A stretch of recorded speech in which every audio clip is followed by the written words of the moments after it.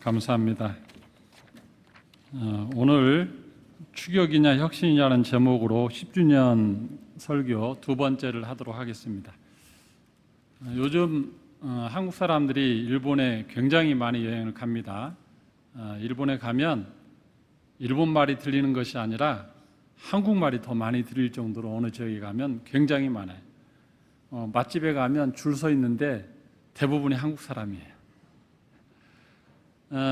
그 가는 이유는 이제 요즘 그 슈퍼엔저 엔화가 굉장히 많이 떨어졌죠. 많이 떨어져서 가서 뭐 쇼핑을 해도 싸고 음식을 먹어도 한국보다 이제 더 싸요. 음식 사 먹는 것도 그러다 보니까 그렇기도 하고, 또 하나는 가깝잖아요. 비행기 타면 1시간에서 2시간이면 뭐 대부분 가니까 부담이 없고, 또 하나는 일본이란 나라가 선진국이잖아요.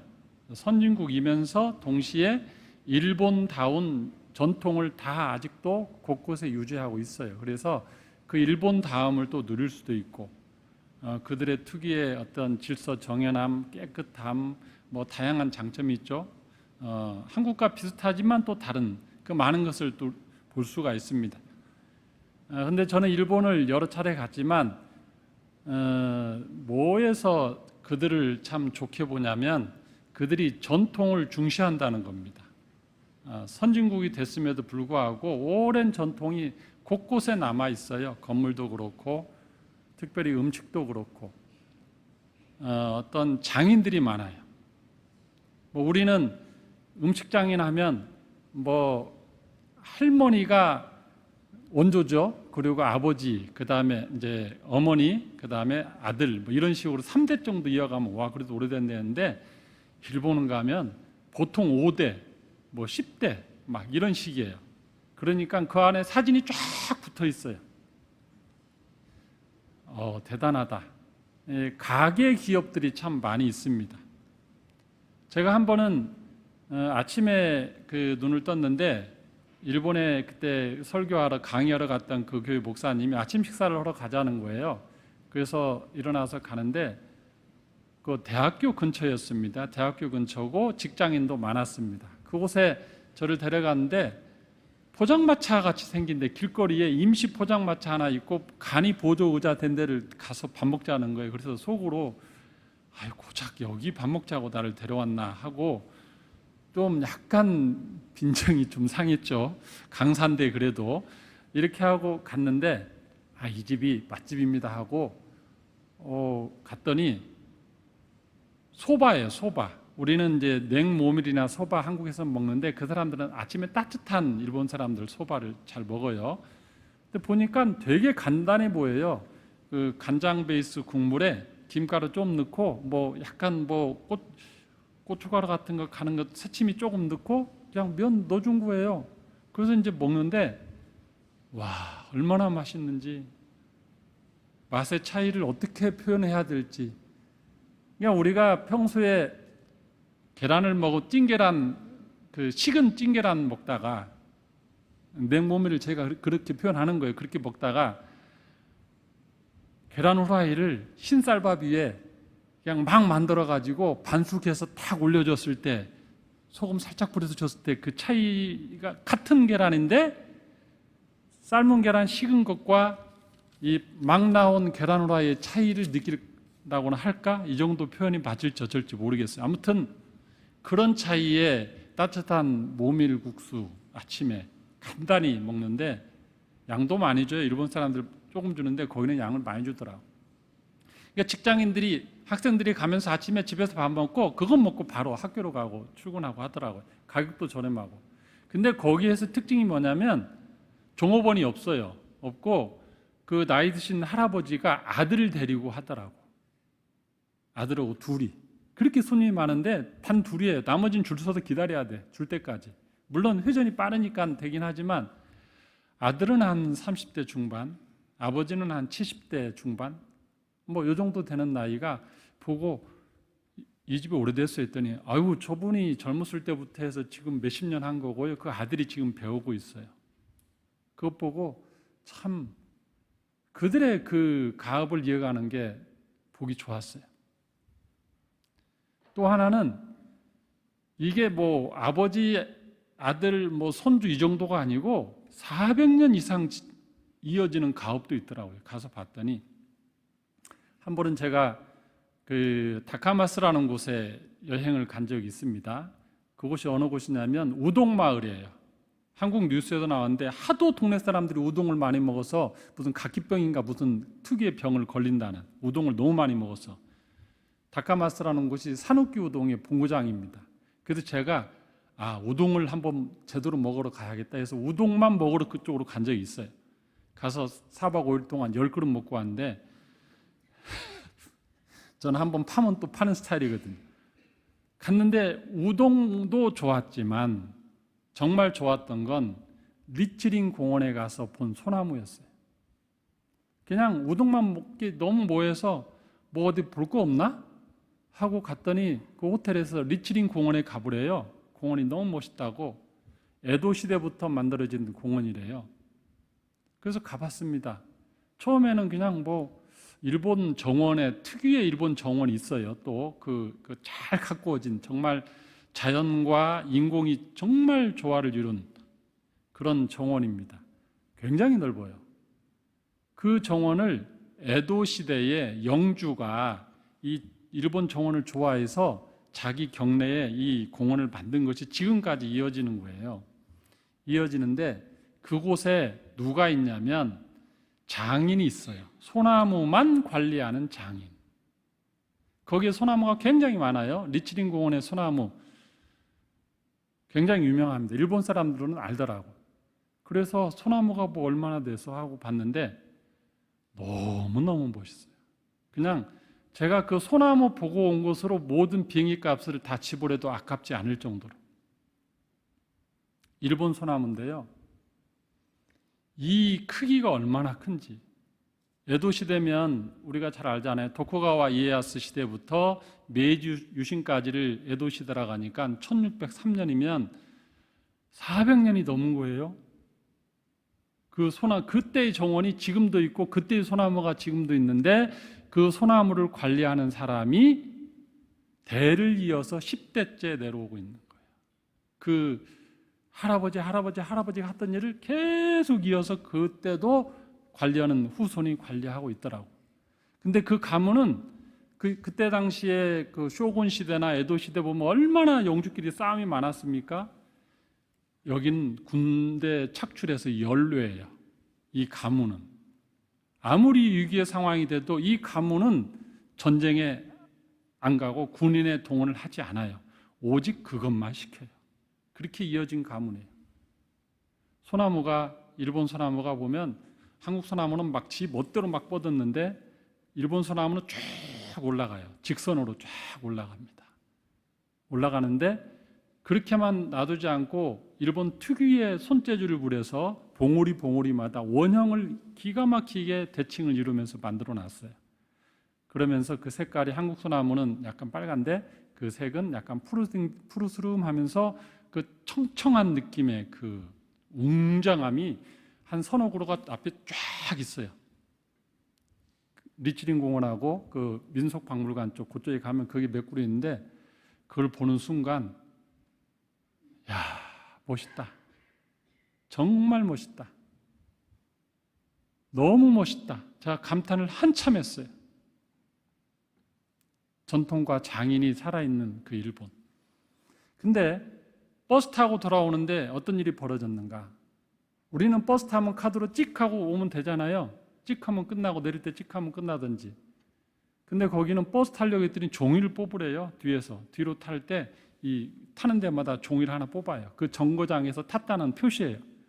내릴 때 현금 들고 기사한테 줘야 돼. 그 종이하고 같이. 그러면 기사가 그거 서서 보고 어디서 왔는가 보고 계산해서 동전을 또 줘요.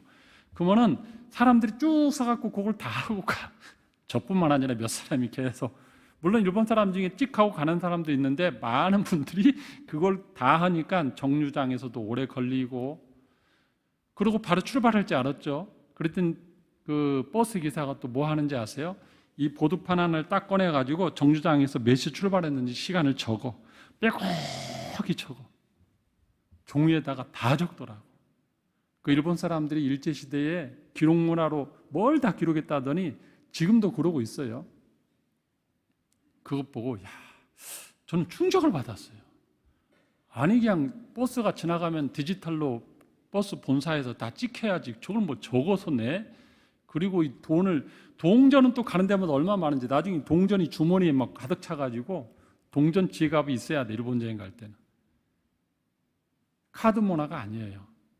아직도 현금 문화 60, 70% 점점 조금 나아지긴 해도 제가 한 4, 5년 전 갔을 때만 해도 굉장히 그런 분위기였어요.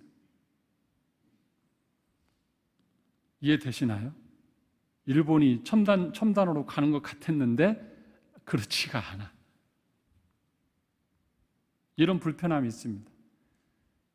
일본이라는 나라는 전통도 아주 장인통에서 있는데 그러다 보니까 뭐가 되냐면 디지털로 가는 게 늦어요.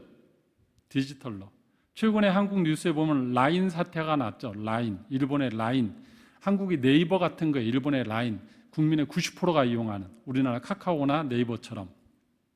그 라인이 자기들 스스로 디지털 SNS를 만든 게 아니고 한국 네이버가 그 시장을 점령한 거예요. 그냥 투자를 손정희 씨라는 회사에서 50대 50으로 했지 모든 기술과 데이터베이스와 모든 게 한국식으로 다 한 거예요. 네이버에서 다 한 거예요. 그러니까 최근 회사 일본이 이래서 안 되겠다 해가지고 네 지분 좀 팔고 나가주지 이제 됐으니까 우리가 좀 할게 그런 거예요. 그게 뭡니까? 디지털로 가는 것에 늦으니까 한국에 거꾸로 점령당한 거예요. 옛날에 일본의 문화는 만화 문화가 있습니다. 어디 가든지 만화가 많아요. 책으로 만화가 빼곡 있습니다. 근데 지금은 한국 웹툰에 다 점령당해서 일본 만화가 사양길이에요. 네이버 보면 웹툰이 있죠. 디지털 만화잖아요. 화면 이렇게 젊은이들 보면 지하철 보면 올리면서 만화 보잖아요. 종이 아니잖아요. 그게 한국이 거꾸로 저쪽으로 가서 웹툰으로 다 일본 만화를 다 점령해 버렸어요. 결론은 뭡니까? 일본은 지금 디지털에서 뒤졌다. 전통과 장인이 중시하는 것은 아버지가 하던 거 아들이 그대로 따라야 되고 아들이 한 거 그대로 또 손주가 따라야 되고 계속 계승해야죠. 바꾸면 안 돼요. 아날로그예요. 그 전통이 있어요. 그게 귀하기도 한데 디지털 사회에서는 뒤처지기 시작하는 거예요. 자, 그럼 한국은 어떻습니까?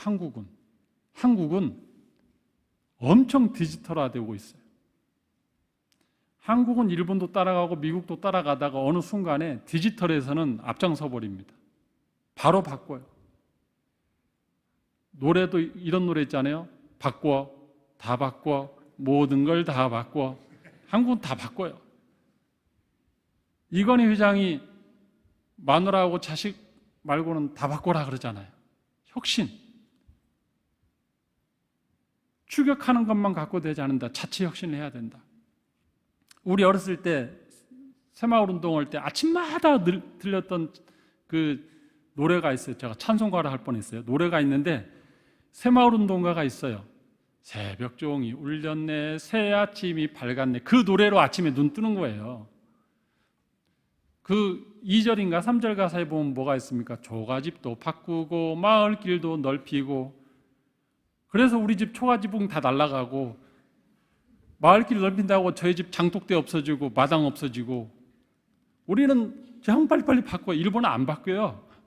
아파트가 한국처럼 대규모로 할 수가 없어요. 일본은 다 개인주의라. 한국은 지금 30년 만에 제1기 신도시를 최근에 다 재건축한다고 지금 시범 사업 한다고 다 했잖아요. 불과 30년 만에 다시 또 도시를 또 바꿔. 한국은 디지털 문화입니다. 빨리 바꾸고 빨리 따라가요. 제가 왜 이 말씀을 드리냐면, 자, 이거를 이제 일본이라는 국가와 한국이라는 국가의 차이점에 대해서 설명했어요. 이제는 교회의 차이점에 대해서 설명하려고 앞에를 좀 설명했습니다. 두 개의 교회를 설명드리겠습니다. 예루살렘 교회와 안디옥 교회. 오늘 성경 말씀 보면 예루살렘 교회는 어떤 스타일이고 안디옥 교회는 어떤 스타일이었는가, 그리고 우리 교회는 어떤 교회 모델을 따라가야 하는가, 이게 설교의 본론입니다. 예루살렘 교회를 보시면 성경 말씀을 펴보시면서 이제 보겠습니다. 예루살렘 교회 보면은 전통을 중시하는 교회였어요. 한마디로 안디옥 교회는 전통이 없어요. 그냥 신생교회야. 그냥 개척교회거든. 이게 전통 자체가 없어요. 차이가 있죠. 어떤 전통을 중시하냐면 10장 44절에 보시면, 자, 이방인들도 성령을 받다, 이런 내용이 나옵니다. 베드로가 이 말을 할 때에 성령이 말씀 듣는 모든 사람에게 내려오시니, 자, 이 전에는 내용이 길어서 뺐는데, 베드로가 고넬료의 집에 가서 복음을 전하자 어떤 일이 벌어졌습니까? 하늘이 열리고 성령이 그들에게 임했어요. 고넬료 가정 식구들에게 임했습니다. 이건 마치 마가 다락방에서 유대인들에게 임했던 그 성령처럼 임했어요. 자, 그 사건입니다. 베드로와 함께 온 할례 받은 신자들이 이방인들에게도 성령 부어 주심으로 말미암아 놀라니, 아니 마가 다락방에서 있었던 성령 받는 것은 우리 아브라함의 후손 모세의 할례를 받은 율법을 받은 우리에게나 있어야 될 일인데 어떻게 감히 이방인에게 우리의 전유물인 성령 하나님이 내리는가 하고 충격받은 거예요. 46절, 이는 방언을 말하며 하나님 높임을 들음이더라. 자기들만을 방언하고 자기들만의 여호와 하나님을 찬양할 줄 알았는데 이들이 자기 입술로 우리의 전유물인 하나님을 찬양하니까 또 충격받은 거죠. 그러자 베드로가 빨리 그 상황을 간파합니다. 이에 베드로가 이르되 이 사람들이 우리와 같이 성령을 받았으니 누가 능히 물로 세례 베품을 금하리요 하고 그 자리에서 세례를 베풀었습니다. 놀란 일이었지만 그 순간에 베드로는 빨리 판단하고, 아, 이들도 이방인에게도 성령 하나님이 경계선을 넘어갔구나. 이게 경계선을 넘어간 사건이에요. 그동안에는 유대인, 유대교, 아브라함의 후손, 모세 율법, 할례 받은 이에게 갇혀있던 이 종교가, 여호와 하나님의 종교가 이제는 드디어 고넬료 가정을 기점으로 해서 경계선을 넘어간 첫 사건이에요. 자, 11절로 가겠습니다. 이제 이거를 이제 본교에 보고하죠. 11장 1절. 유대에 있는 사도들과 형제들이 이방인들도 하나님의 말씀을 받았담을 들었더니, 자, 이걸 보고했을 거 아닙니까? 항상 예루살렘 교회는 선교 갔다 오면 보고하는 전통이 있었던 것 같아요. 뒤에도 많이 나옵니다. 베드로가 예루살렘에 올라갔을 때에 할례자들이 비난하여, 이 소식을 듣고 그 현장을 목격하지 않은 그 예루살렘 교회의 그 유대교 출신의 크리스찬이죠. 이제 그들이 엄청 비난하면서 수군수군하고 있었어요. 베드로가 그랬단 말이야? 어떻게 그럴 수가 있어? 하고 드디어 베드로가 오자 따지기 시작한 겁니다. 그러자 4절에 베드로가 그들에게 이 일을 차례로 설명했어요. 설명했고 16절 건너뜁니다. 16절 베드로가 그 과정을 설명한 다음에 주님의 말씀으로 설득합니다. 16절 내가 주의 말씀에 요한은 물로 세례를 베풀었으나 너희는 성령으로 세례를 받으리라 하신 것이 생각났노라. 그런즉 하나님이 우리가 주 예수 그리스도를 믿을 때에 주신 것과 같은 선물을 그들에게도 주셨으니 성령을 주신 거죠. 내가 누구이기에 하나님을 능히 맡겠느냐 하더라. 그들이 이 말을 듣고 잠잠하여 하나님께 영광을 돌려 그랬습니다. 겨우 경계선을 넘어갔어요. 아, 이방인들도 성령을 받을 수 있구나, 방언할 수 있고 그들도 입술로 하나님을 찬양할 수 있구나 하고 받아들입니다. 여기까지는 그들이 이 아날로그의 스타일에서 자기만의 갇혀 있던 데서 이제 아까 표현으로 하면 디지털로 넘어가는데, 그래도 발을 뗐어요. 떼었는데 나중에 뒤에 사건을 보면 완전히 두 발이 넘어가지는 않았어. 한 발만 넘어갔어. 한 발만. 이건 왜 한 발만 넘어갔다 한지는 뒤에 설명하겠습니다. 자, 반면에 19절 봅니다. 10절을 보면 안디옥 교회 사건이 나옵니다.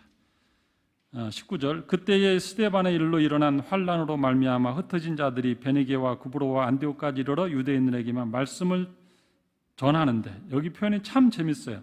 유대인에게만 말씀을 전하는데 이게 어떤 의미입니까? 말씀을 전하는데 이방인들은 이 복음에 해당 안 된다고 생각한 거예요. 전도자들이 앞에 이 사건이 있었음에도 불구하고. 그래서 아직도 한 발만 나간 거예요. 그리고 전했는데 뜻밖의 그 중에 구브로와 구레네 몇 사람이 안디옥에 이르러 헬라인에게도 말하여 주 예수를 전파하니. 근데 다음에 온 사람은 이제는 헬라인에게도 이렇게 전파한 거예요. 했는데 뜻밖의 사건이 벌어집니다. 수많은 사람들이 믿고 주께 돌아오고 거기서도 성령이 임하고 역사적인 사건들이 벌어져요. 처음에는 유대인에만 전했어요. 아직도 한 발만 나간 거죠. 근데 두 번째 또 도착한 사람들이 뭔 말이야?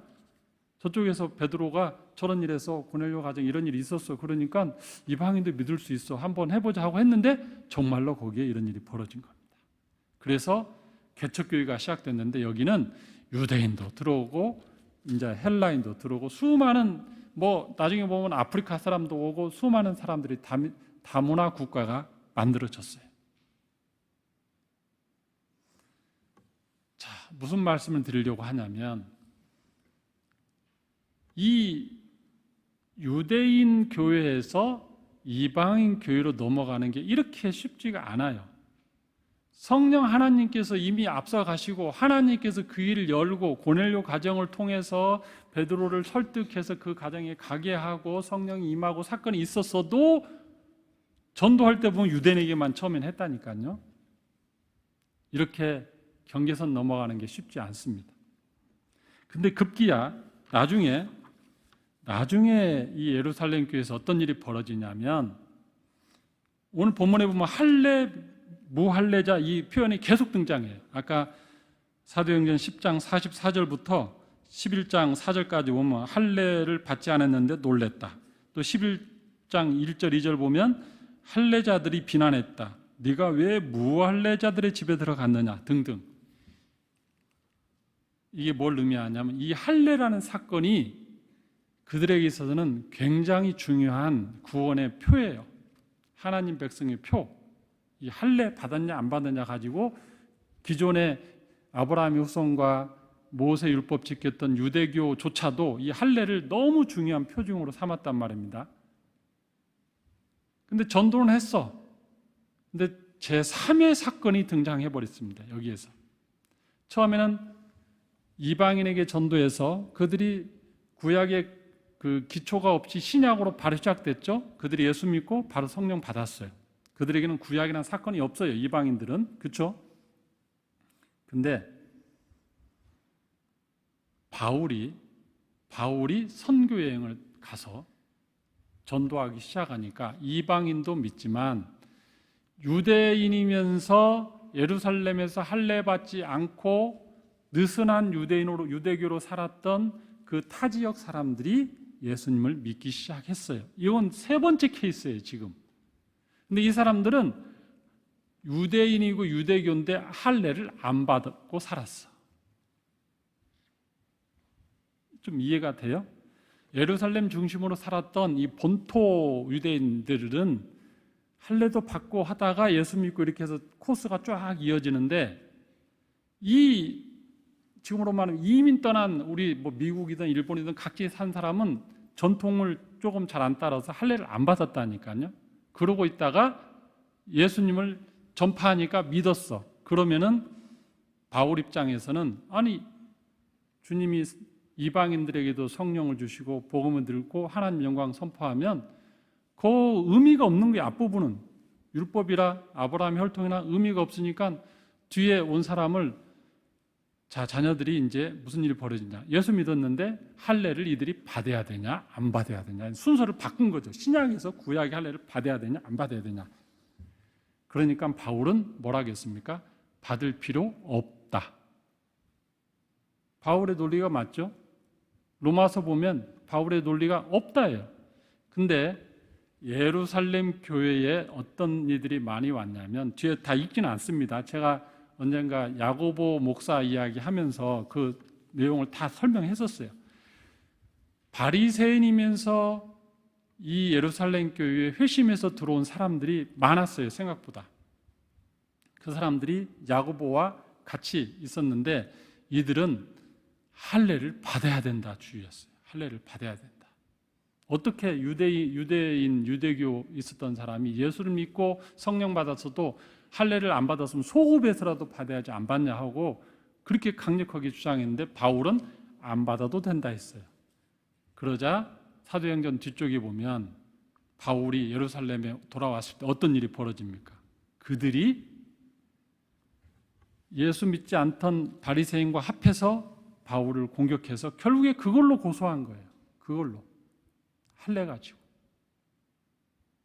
결국은 제가 무슨 말씀 드리려고 하냐면 예루살렘 교회는 구약에서 신약으로 넘어왔어요.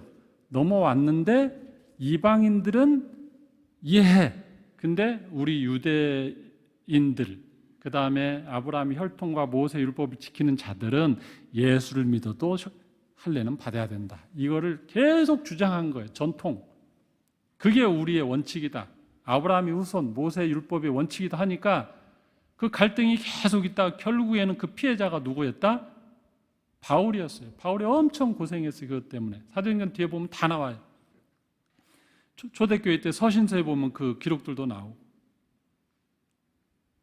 전통이 좋은 것 같은데 전통이 발목을 잡는 경우도 있어요. 그래서 결국에는 어떻게 됩니까? 예루살렘 교회는 선교에 그닥 열심을 내지 않아요. 그닥.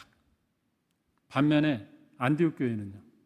안디옥 교회는 출발부터가 그냥 이 굴레가 없어. 할례라는 굴레도 없고 아브라함의 혈통, 모세율법이 없어요. 그냥 바로 예수 그리스도 십자가와 성령, 부활 이 사건이 있으니까 복음 전파를 쉽게 할 수 있죠. 그래서 안디옥 교회는 가는 데마다 교회를 많이 세워줘. 단순하잖아요. 그들에게 할례를 요청할 필요도 없고 가는 곳마다 바울이 가는 곳마다 에베소 교회가 되고 고린도 교회가 되고 빌립보 교회가 되고 로마 교회가 되고 교회들이 막 세워져요. 중심지가 어디였습니까? 안디옥 교회. 그러니까 이 복음에서도 이 기존에 있었던 전통적인 것을 너무 강조하다 보면 그 시대에 맞는 주님은 이미 그 시대에 맞게 복음의 핵심은 있으나 그것을 이미 넘어가고 있는데 우리 성도들은 못 따라갈 수가 있다는 거예요. 자, 그 말씀을 드리려고 하는 겁니다. 한국에 있는 전 세계에 있는 교회들이 아직도 현대판 예루살렘 교회 같은 역할을 할 수가 있다. 현대판 예루살렘 교회. 기존에 해오던 그 전통, 그것에 발목에 잡혀서 새로운 시대에 그 사명을 감당하는데 뒤처질 수가 있는 거예요. 교회 안에서도 마찬가지입니다. 교회 보면 오래된 신자들이 있습니다. 안수받은 직분자들이 있습니다. 여기에 보면 목회자들도 있고 선교사님들도 있고 오랫동안 신앙생활한 지도자들이 있습니다. 근데 교회는 새로운 사람들이 주인공 되게 하는 곳이 교회가 되어야 하는 거예요. 내가 이 교회에 세워져서부터 10년 동안 내가 처음부터 나와서 있었는데 딱 하고 자리 잡고 터줏대감처럼 딱 중심에 서서 물론 주인 의식은 중요합니다. 그러나 주인 노릇해버리면 안 되는 거예요.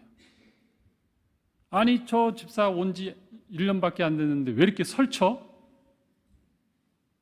이러면 안 된다는 거예요. 여기에서의 전통과 오래됨과 내가 여기에서 자리 잡았고 그것에 의해서 그것이 똘똘 뭉쳐가지고 하나의 벽을 만들어버리면 예루살렘 교회 같은 꼴이 나는 거예요. 저희 교회는 그런 분이 없으니까 지금 말씀드리는 거예요. 그런 분이 계시면 제가 말하면 시험 드니까 말씀도 못 드리죠. 교회는 예루살렘 교회 같은 그런 전통에 얽매여서 그곳에 갇히면 안 됩니다. 복음의 본질과 핵심을 놓치지 않는 한은 예수 그리스도와 성령 하나님과 십자가와 부활 중요한 것을 붙잡고 있는 한은 그 시대에 그 지역의 사람에 맞게 계속해서 바뀌어야 돼요. 하나님은 나라마다 민족마다 그 대상마다 계속 바꿔서 사역을 하시고 싶어 하는데 기존의 우리 교우들은 내가 해오던 것에 익숙해가지고 그게 안 되면 너무 불편한 거예요. 저희 교회, 여기 교회 와서 많은 분이 저에게 그런 말 했습니다. 왜 우리 교회는 남전도회가 없어요? 왜 우리 교회는 여전도회가 없어요? 왜 저기에서는 이거 했는데 왜 없어요? 왜 저기에서는 그 교동문 읽었는데 여기는 왜 없어요? 저기에서는 주보에 헌금한 사람 이름 다 하고 금액 다 적는데 왜 여기는 없어요? 계속 다양한 얘기를 들어요. 그래서 네, 우리 교회는 조금 새롭게 한번 해볼게요. 그렇게 말합니다. 본인이 해오던 게 아니면 너무 불편한 거야. 저희 교회는 조금 새로운 시도를 하겠습니다. 홍 목사님이 새로운 시도를 한 원조시거든. 새로운 혁신의 교회 모델을 계속 만드신 분이에요. 남서울교회에서 계실 때 선교단체 스타일의 교회를 접목하셨어요. 성경 공부를 그전에는 교회에서 잘 안 가르쳤어요. 대한민국에 성경 공부가 생긴 것은 얼마 안 돼요.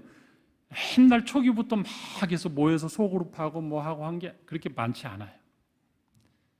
훈련이란 것도 별로 없었고 더더군다나 목회자가 일방적으로 이렇게 모아놓고 그룹으로 가르쳤지 평신도에 의해서 티칭을 하게끔 그것을 기회를 주지도 않았어요. 제가 남서울 은혜교회 있을 때 주일 대예배 설교를 김인수 장로님이 했어요. 홍 목사님이 해외 어디 가셨을 때 그날 목회자가 설교한 게 아니에요. 장로님이 설교했어요. 대한민국의 주일 대예배 설교 장로님 설교시키는데 나와보라고 했어요. 있을 수 없는 다른 데 있었지만 그렇게 일을 했어요. 남서울 은혜교회 와서는 어떻게 했습니까? 교회 없는, 건물 없는 교회, 장애인들 학교를 세워서 그 건물을 거꾸로 우리가 빌려서 쓰고 그냥 빌려 쓰는 것도 아니고 임차료를 또 주면서까지 내가 다 지어서 주고 또 사용료를 내면서 쓰고 그 수많은 일들을 다 시대 기존의 교회에서 하던 전통과 아닌 새로운 걸 했어요. 그리고 이곳에 세워진 것도 은퇴 선교사 마을이 본격적으로 대규모로 규모 있게 세워진 것은 이게 처음이에요. 조금씩은 있었지만 정말로 전 교회가 달라들어서 한국 교계 차원에서 세워진 것도 처음이에요. 다 처음입니다. 그러면 저는 누굴 따라가야 됩니까? 저도 처음으로 하는 것을 계속할 거예요. 새롭게 시도하고 안디옥 교회가 갔던 그 새로운 출발, 새로운 시도, 새 시대에 맞는 그 교회의 모델, 그게 바로 10주년을 맞이한 우리의 마음가짐이라고 생각합니다. 한국이 일본보다 훨씬 뒤쳐졌어요. 불과 몇십 년 전만 해도. 근데 제가 느끼는 건 최근에 갔을 때 보니까 한국이 앞서는 게 너무 많아. 한국이요, 많은 부분에서 앞서가요, 이제. 한국 사람들이 이 혁신적이고 디지털 문화에 발달이 많이 됐어요. 아니, 집 지은 지 3년 만에 뿜는 나라는 우리나라밖에 없다니까요. 뿜고 다시 만들어, 그냥. 순식간에. 일본은요, 어느 지역이 한국처럼 대규모 100세대 아파트 이런 거 없어요. 그냥 나홀로 아파트 같이 빌라처럼 이렇게 하나 쭉 올라가지 이렇게 대규모 단지라는 게 세울 수가 없어. 다 자기 나 이사 안 가. 나 죽을 때까지 여기 있을래. 이래버리기 때문에 한국 사람은 아 그래? 합시다. 저건축하면 돈이 좀 돼? 그럼 합시다 하고 다 90% 막 넘겨서 하잖아요. 오늘 다시 영상을 보겠습니다. 우리 10주년 맞이해서 우리가 어떻게 안디옥 교회 같은 스타일로 하고 있는지 영상을 한번 틀어주시기 바랍니다. 저걸 보고 마무리를 하도록 하겠습니다. 생명의 빛 예수마을 설립 10주년 감사예배.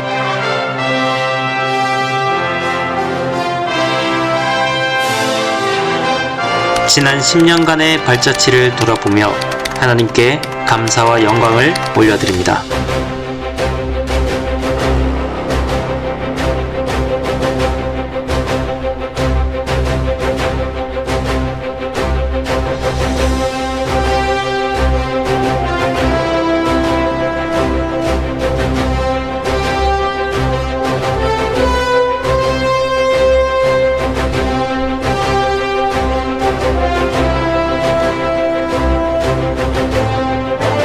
준공 감사 예배,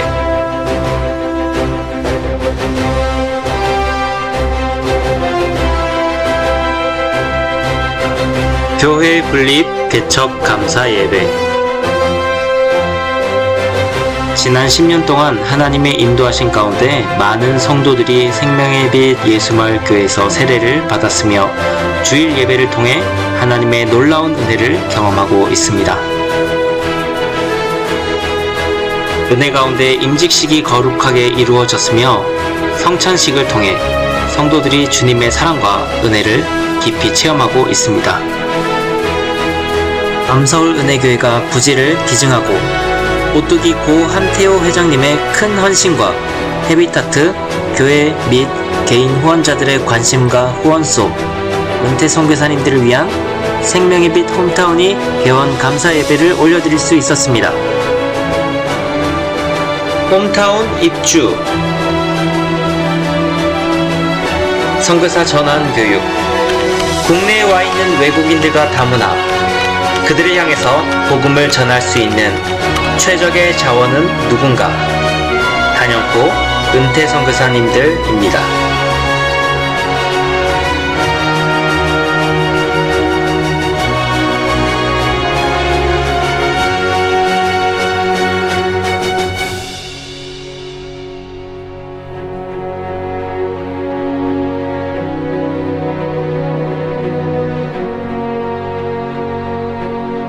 국내 거주 이주민 다문화 250만 명, 20년간 은퇴를 앞둔 선교사 1만 명 시대를 맞이하여 시대적 소명을 감당하기 위해 월드피플이 세워졌습니다. 개원 감사 예배,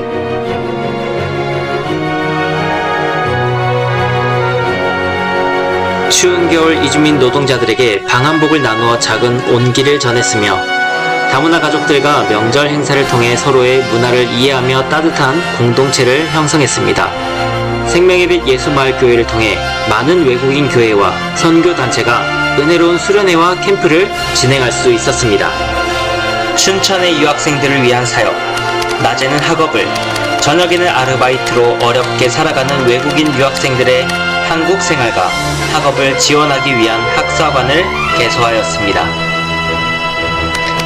이주민 다문화 가정과 이주 노동자들을 대상으로 한국어 교육 사업을 시작하였습니다. 풋살 활동과 다양한 문화교실 활동도 함께 이루어지고 있습니다. 다문화 가정 자녀들을 위한 전문 방과후 학교를 개소하였습니다. 친구 초청 잔치를 통해 다양한 친구들과 함께 즐거운 시간을 보내고 문화체험 행사를 통해 한국의 전통 문화를 배우고 알아가는 시간을 갖고 있습니다.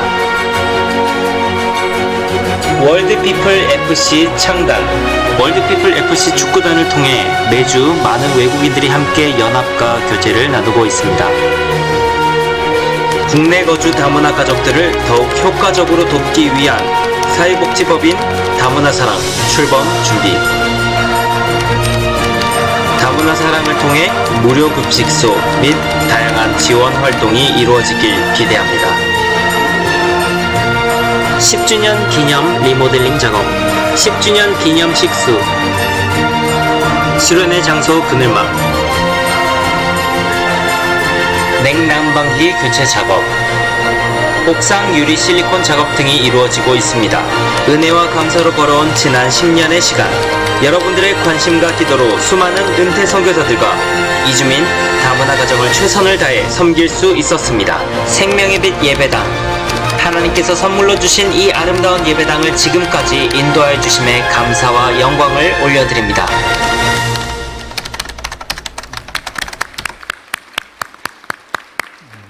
제가 이 영상을 틀어드린 이유는 지난 행사 때 저희 교우들이 밖에 계시기도 하고 봉사하느라고 이 안에 많이 안 들어오셨어요. 영상을 못 보신 분이 너무 많아서 오늘 틀어드렸고, 또 우리가 10년 동안 어떤 일을 했는가 보면 경계선을 계속 넘었습니다. 저희 안에만 머무르지 않고 교회를 하다가 이게 다문화 이주민 사역을 하려다 보니까 교회 이름으로는 안 되는 거예요. 계속 거부가 돼서 그래서 선교단체 월드 피플을 만들었습니다. 이걸 만들 때에도 총회에서 이거를 총회 가입한다니까 아니 교회는 받아주는데 어떻게 선교단체를 총회 안에 받아주냐? 안 받아준다는 거예요. 그래서 겨우 설득해서 시대에 맞다. 이 시대에 다문화의 주민이 지금 몇백만이 오는데 이들은 교회 형태가 아니고 이런 NGO 형태로 가야 된다 했더니 거기서 받아줘서 저희 교단이 그걸 또 받아줬어요. 또 이걸로 끝나는 게 아니라 이걸 하다 보니까 또 하나의 벽이 등장합니다. 이제는 복지적인 부분은 사회복지법인을 가지고 해야겠다 해서 지금 사회복지법인을 또 준비를 하고 있습니다. 그러니까 계속 그 시대에 맞게 본질은 변하지 않지만 핵심은 변하지 않지만 옷을 바꿔가면서 상대에 맞추어서 이 교회가 활동하고 영적인 사역을 하는 것, 이게 바로 우리 교회의 모습이고 10년간 그렇게 왔는데 앞으로도 더 계속 이 일들을 해갈 것입니다. 저는 저희 교회 성도님들이 자랑스럽고 너무나 감사합니다. 아주 짧은 시간 내에 우리가 이 많은 일을 할 수 있었던 것은, 또 이 산속에 이 조그만 교회가 이 일을 할 수 있었던 것은 우리 성도님들이 의식이 깨어 있고 이 시대를 앞서가는 이 사명 앞에서 헌신했기 때문에 가능했다고 믿습니다. 교회도 이렇게 계속해서 경계선을 넘어서 새롭게 앞을 향해 가지만 우리 성도님들의 신앙도 과거의 전통에 머무르지 마시고 그동안 해왔던 내 신앙의 모습에 그대로 정체되지 마시고 새로운 시도를 하면서 하나님과 새로운 또 사건을, 새로운 간증거리를 만들면서 신앙생활 하시기를 주님의 이름으로 축원합니다. 기도하겠습니다. 하나님 아버지 감사합니다. 일본의 문화와 한국의 문화를 비교하고 또 예루살렘 교회와 안디옥 교회의 어떤 스타일을 비교하면서 우리 교회가 어떠한 방향으로 지금까지 달려왔고 앞으로 어떤 방향으로 또 달려가야 되는지 점검하며 하나님 앞에 감사하며 기독해 하시고 말씀 듣게 하시니 참으로 감사합니다. 하나님 아버지, 저희 교회 10주년 지금까지 있기까지 하나님의 은혜로 달려오게 하시니 참으로 감사합니다. 시대를 앞서가게 하시니 감사합니다.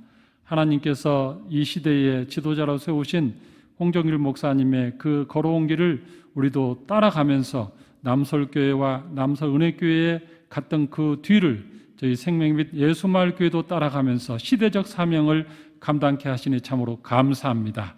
예루살렘 교회처럼 갇혀있는 교회가 되지 않게 하시고 안디옥 교회처럼 열려있는 교회 되게 하여 주시옵소서. 전통에 묶여있는 교회가 아니라 그 시대를 열어가는 교회 되게 하여 주시옵소서. 교회뿐만 아니라 우리 성도님 한 분 한 분들도 이 안에 있으면서 일신 우일신 늘 새로워지는 저희들 되게 하여 주시옵소서. 교회에 새로 오는 성도들을 존중하게 하여 주시고 그들을 반기게 하여 주시고 그들이 이곳에서 신앙이 자라날 수 있도록 그들을 배려하며 섬기는 저희들 되게 하여 주시옵소서. 감사드리며 예수님의 이름으로 기도하옵나이다. 아멘.